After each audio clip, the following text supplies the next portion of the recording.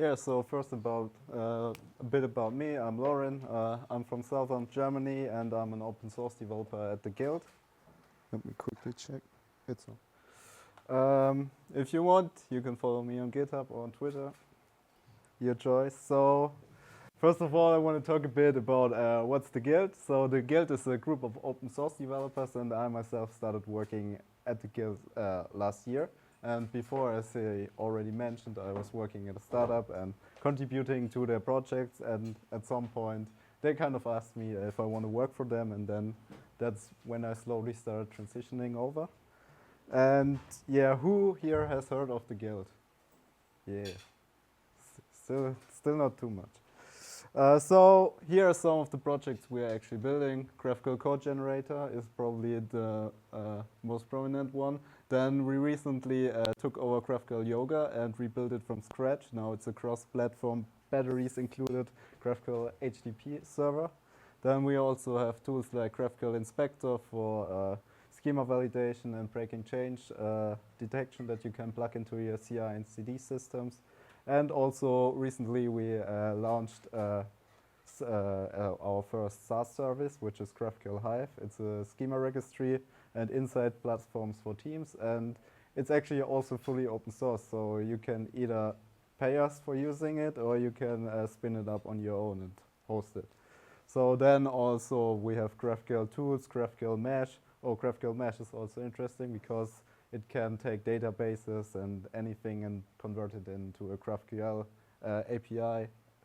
Yeah, and there's even more, but I don't have time to talk about all of them. If you want to learn about them, just talk to me afterwards or go to theguild.dev. We have an overview over all the projects we're maintaining.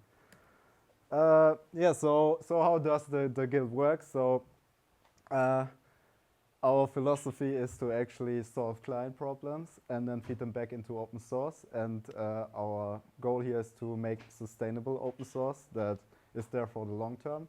And we do that by either bootstrapping companies or startups from scratch by helping them out, building their mobile apps or whatever they're having, or we're going to teams and we're consulting them, giving them our expertise around the GraphQL ecosystem, help them out. So today I'm here to ask the question, are you using GraphQL the intended way? And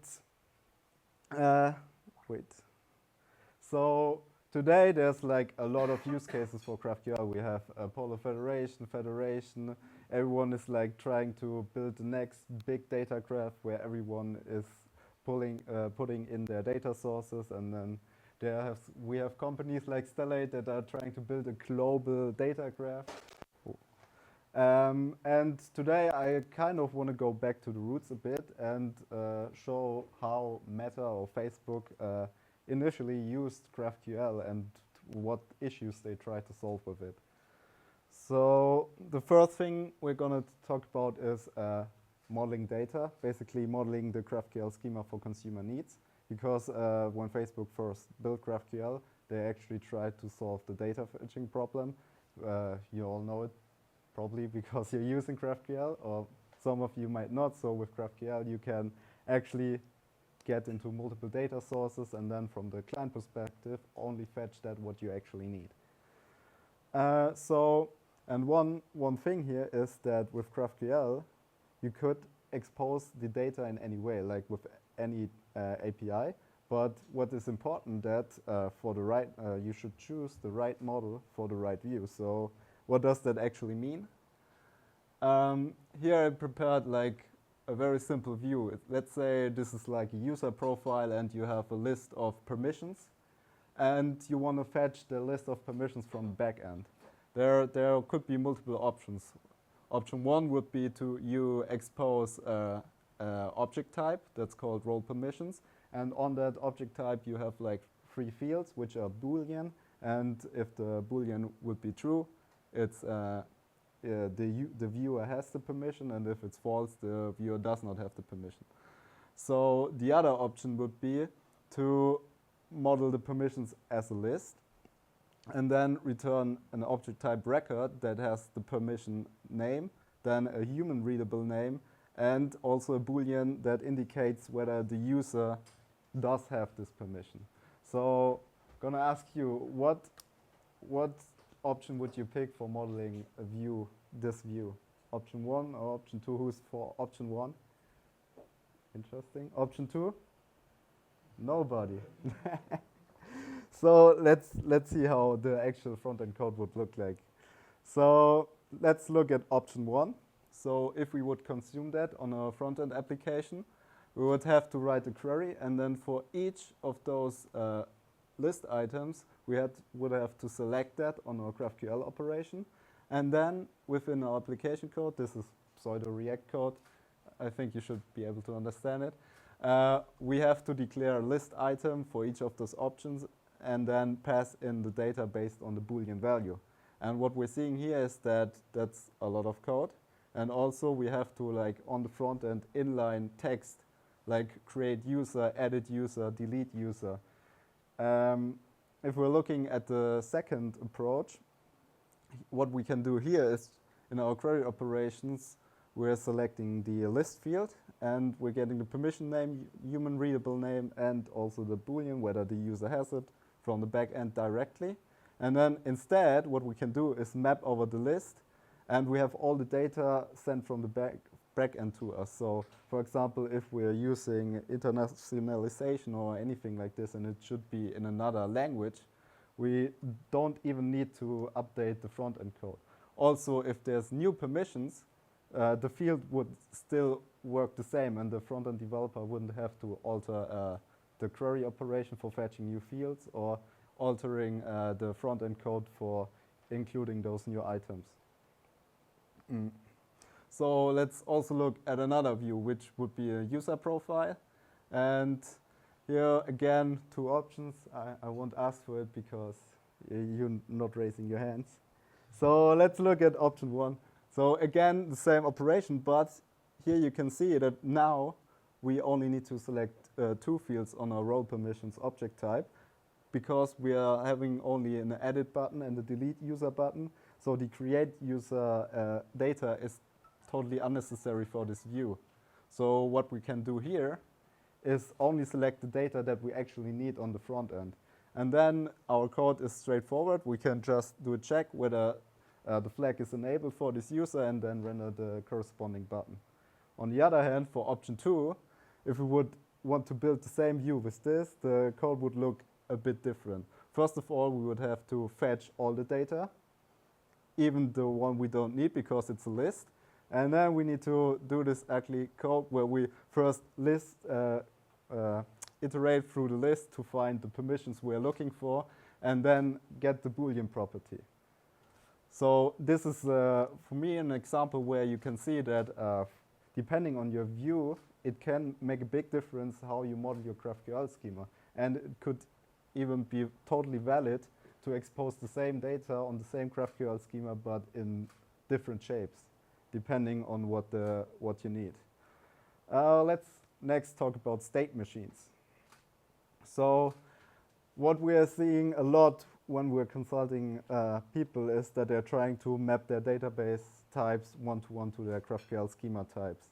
Here I have a Prisma example. So here we have a task. Task is, let's say, something gets processed, and we have 4 states. Waiting is once the task is created, then processing once it's processed by some system, and done when it's actually done, or failed if it's failed. And if you map this one-to-one to GraphQL, you end up with this, which looks quite similar actually. So if we're looking at the fields that are within the database schema, we can see that a lot of those fields that are on the flat table within our database are actually related to the state. So that means when we're waiting, the created add is already in the database. Once the task is processing, the processed add value is dominant, is present in the table. And then when a task is done, the finished add and result should be in the database.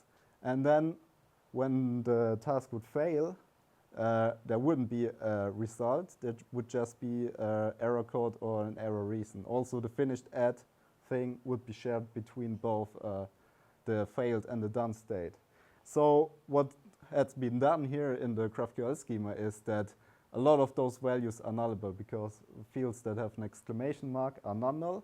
And if a front-end developer would, for example, fetch the result as a non-null field, like if this field was non-null and the user would fetch it, but it was still in processing state, then you would get an error because, yeah, GraphQL validates the data. So what we could do instead is actually use an interface for moving all the fields that are shared between all states to it.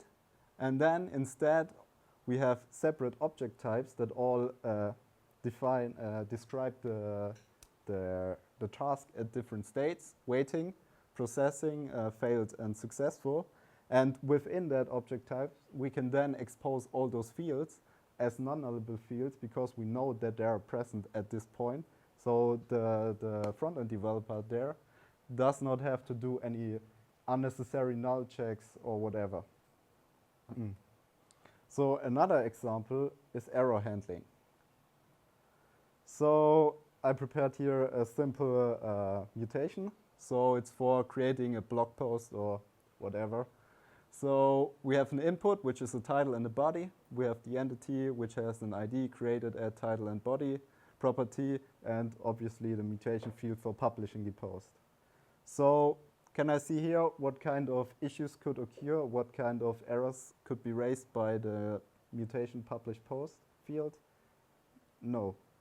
Because if we're executing it, and for example on the back end we have some title validation, you would get a GraphQL error back which says title too short if you implemented it. So, but our view will look like this, and what we want to achieve is that the error message is below the field it should belong to.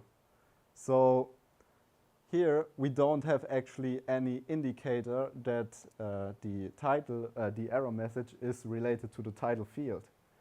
So what we would have to do here in order to work around this is to actually introduce some kind of extensions to the error that we can then process on the front end. Or what we could do instead is use a union type for, instead of like just throwing the error within our GraphQL resolver, model the error as part of our GraphQL schema. So instead of just returning a post from our publish post mutation, we utilize a union type, which is either a post or a publish post user input error. And the publish post user input error is basically just an object type that includes two values that are nullable, and those are the error messages for those fields. So if we now execute this with the same parameters, and here again the title is empty, then instead of a post, we actually get a publish post user input error back. And as you can see, then the title error message field says title too short, and the body error message says null because the body is legit. And then what we can do on our front end is actually implement this in a generic way, and in case of the back-end implementation changing and there's no additional validation for the title field, we don't have to change any of the front-end code because it's already taken care of.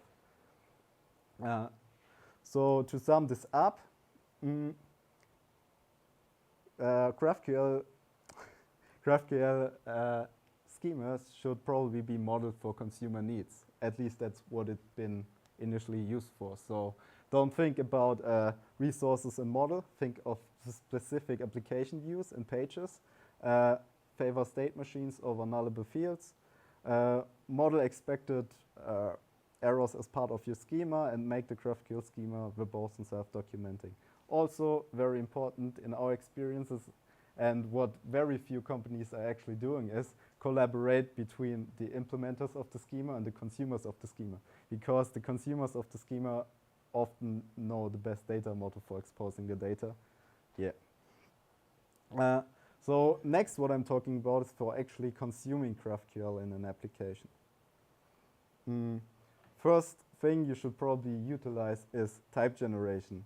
What type generation basically means, you take your GraphQL schema, you take your operation, put it in one of those two tools, if you're using JavaScript or TypeScript, And then what you get out is TypeScript definitions for your operation.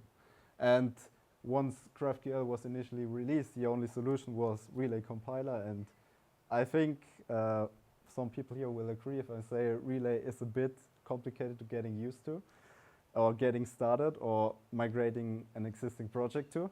So actually the guild maintains GraphQL code generator, and our goal with that tool was to make it easy for people to adopt it.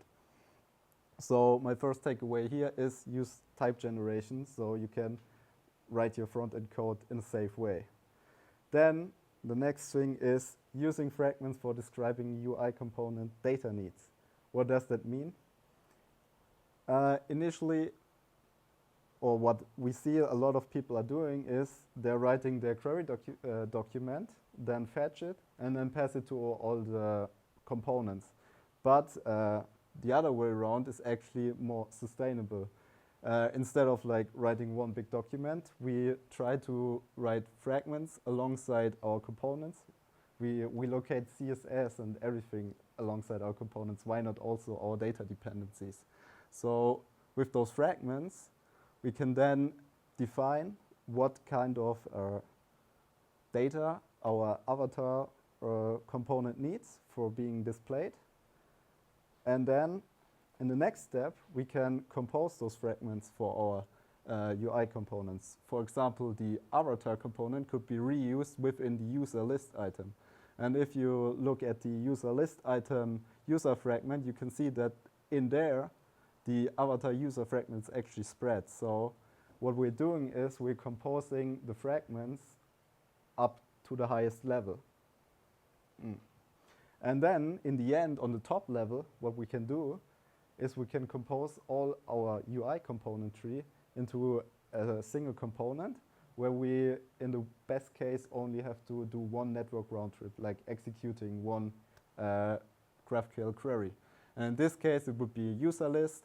As you can see, we're doing one data fetching and then pass all the state down to our components.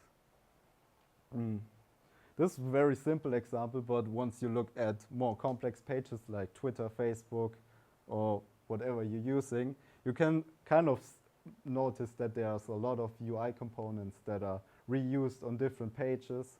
And if all of those need the same data, then you can simply declare how to use those components in different contexts by just injecting the right data.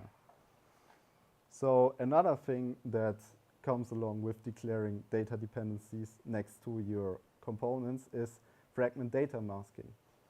And what fragment data masking is actually doing is just saying if you're fetching your GraphQL query operation result and passing that down, then, for example, the avatar component would get the user object.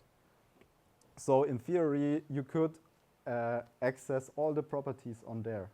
But with fragment data masking, we can ensure that a component can only access the data that it actually requested. So if you have a tool like Apollo Client or Urkel, there's no data masking happening. But Relay has this built in with runtime masking, their full-blown framework. And what we recently introduced into GraphQL code generator is type-based masking. So the properties are still there if you actually would log them to the console or try to access them, but on the TypeScript level, they're not there. So to sum up, consuming GraphQL in an application, you should use tooling, use your fragments for describing UI components and data needs, co-locate fragments with UI components, compose fragments up to a single query operation where feasible, and also reduce the number of operations executed for a view page for getting the best out of it. As I just mentioned, we just released a new preset for GraphQL CodeGen that advocates this workflow, which was previously kind of limited to Relay users in our opinion. So the last thing I want to talk a bit about is securing a GraphQL API. So who of you has ever secured a GraphQL API? Okay, cool. So the best way of actually securing a GraphQL API is don't expose your GraphQL API to the public. And if we are looking at all the big companies that are using GraphQL, that's exactly what they are doing. Because if you expose your GraphQL API to the public, there's a lot of new attack vectors that could come in. For example,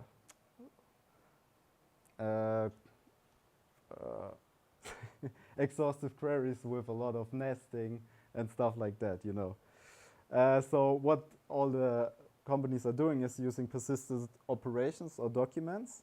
And what that means is that GraphQL documents are extracted from the application at build time and replaced with hashes.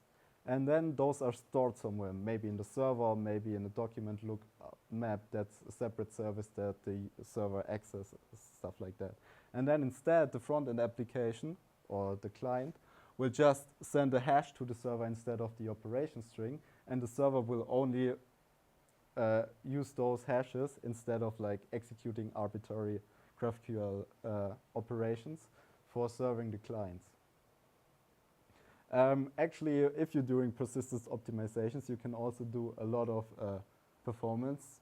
You can get some performance benefits, because one thing that's very expensive in GraphQL is the parsing and validation of documents. And we had some clients where this was a big bottleneck on their servers. So with persistence documents, because you're actually extracting them at build time, you could do the parsing and validating at that stage, and then later during production usage, you can just execute them. You don't need to parse them or validate them again. And even if you're crazy, you could do an intermediate format of the GraphQL document that's already optimized for executing the operation. And there's one library that does this, which is called GraphQL JIT. It's for the GraphQL JavaScript ecosystem.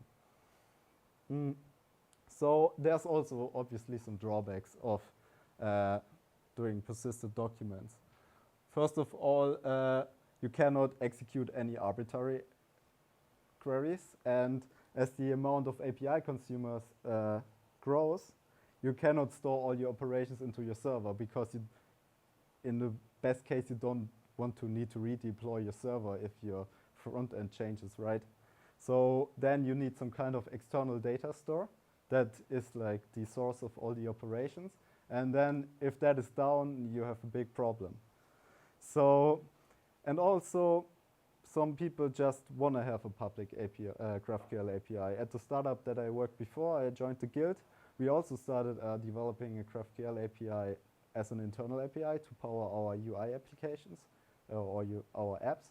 And then after some time, we shifted our business model a bit, and we let other customers use our API. And so what we did is just open the GraphQL API to them by generating a subset of our GraphQL schema.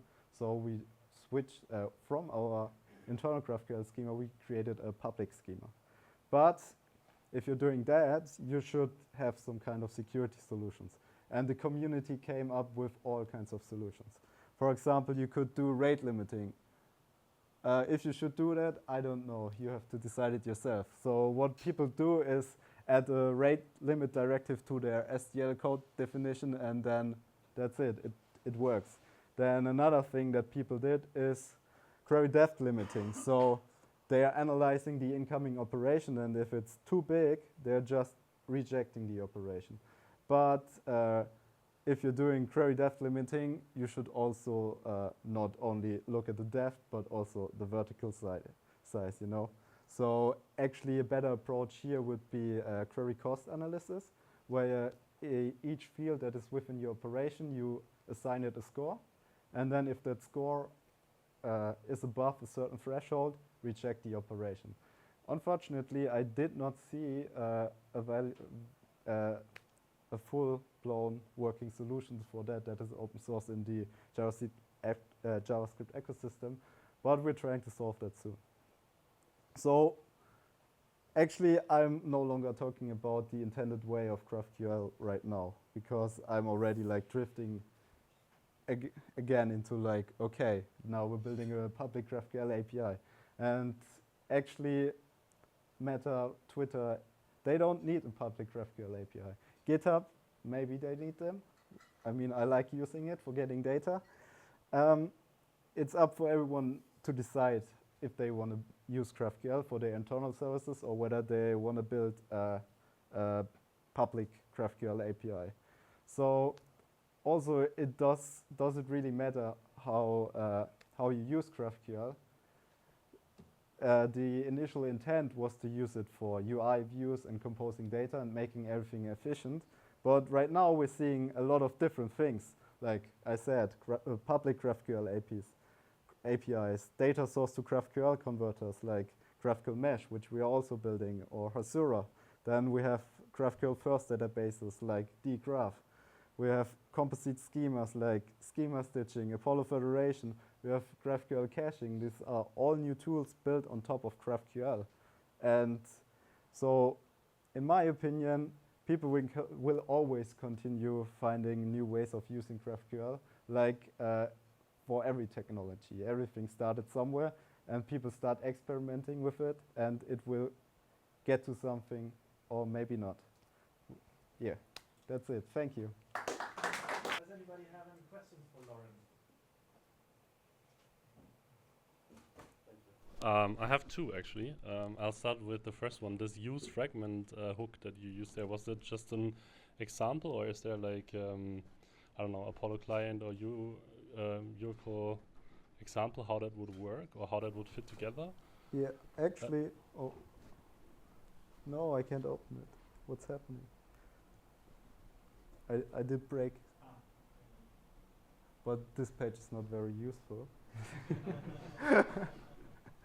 Okay, maybe I would just explain it to you. So we built this preset, and basically what we are introduced into CodeGen is a fragment masking mode, so you can opt into it. And if you opt into it with this plugin or this preset, then it will generate those use fragment hooks for you. But actually, if you look at the implementation, it's only type magic, because it's basically casting the input as any, but what it does instead is from the operation document that you pass to it, it will infer the correct fragment type. So with that kind of hack, you simulate fragment masking, type-based, not runtime-based, for Apollo client, Oracle, or whatever you want to use. And the second question is the fragment names, they seem to be only convention-based, but do you have a way to make that, I don't know, type safe, maybe even from the outside, what kind of fragment this inside?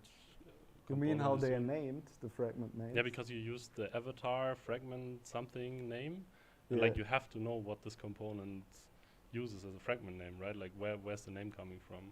Or is that then an implementation? Oh, all the fragments are global. That's something we followed from. Because in GraphQL... I mean, sure, but you have to know what kind of fragment this component uses, right? You can't just... Yeah, I mean, if the presentation would work. Wait, maybe I can just close this one. No. I think I broke it. Is it gone? I think it's gone. Let me. So, sorry, could you repeat the question? Yeah, so you had this outer component, like, I don't know, user profile or something. And then you just had the name of the fragment that you spread it in, because you use the avatar component. But you have to know that this avatar component uses this fragment, right? So I was wondering if there's a way to... Oh, like we actually have this, like... Come on, what's wrong? Oh, here. So we have this fragment type helper, and what you pass to it. So maybe I should go a bit more into detail here. So we're calling the GraphQL function, and we're passing it a string. And what CodeGen is doing behind the scenes, it's using TypeScript function argument overloading. We're generating a big lookup map of what operation this matches, and then from that we infer the type. So here the avatar user fragment is basically the document, but also it has additional type info baked into the variable. And then what we're doing here, we're extracting the type of the fragment. And then on the props of the avatar, you need to know that you need to pass this, because otherwise it will raise a TypeScript error. If that answers your question. Yeah, I think like on the next slide, I think Let's go. that's the only thing I'm wondering. Like on the right picture, you just spread in this fragment and it's On just a your string, right? right? On the right, yeah. Yeah, okay. Yeah, so as I I have said, to know this. Yeah, okay. they're fine. they're global names. So Yeah. if you're using the VS Code GraphQL plugin, you get full autocomplete, and in my opinion, it's the best experience to do it like this. Yeah, I was just wondering if like maybe the avatar component could also export a fragment name and then you can interpolate it into the that does- string or something like that. No, that does not work. You have to use it globally, At and that the time. annoying Yeah, thing yeah, there okay, is yeah. naming conventions. Yeah, okay. So maybe you could enforce this with ESLint or something like this. Mhm. There's also the GraphQL ESLint plugin, which we're maintaining. And yeah, in Relay, it's also like all operation names are global, and you have to name them according to the folder structures and the file names. I personally also haven't found a 100% nice way for me of naming all those fragments, but I guess it makes sense to stick to some kind of like naming convention. Yeah, cool. Yeah, thank you very much. Right. You're Thanks, Laurin. welcome.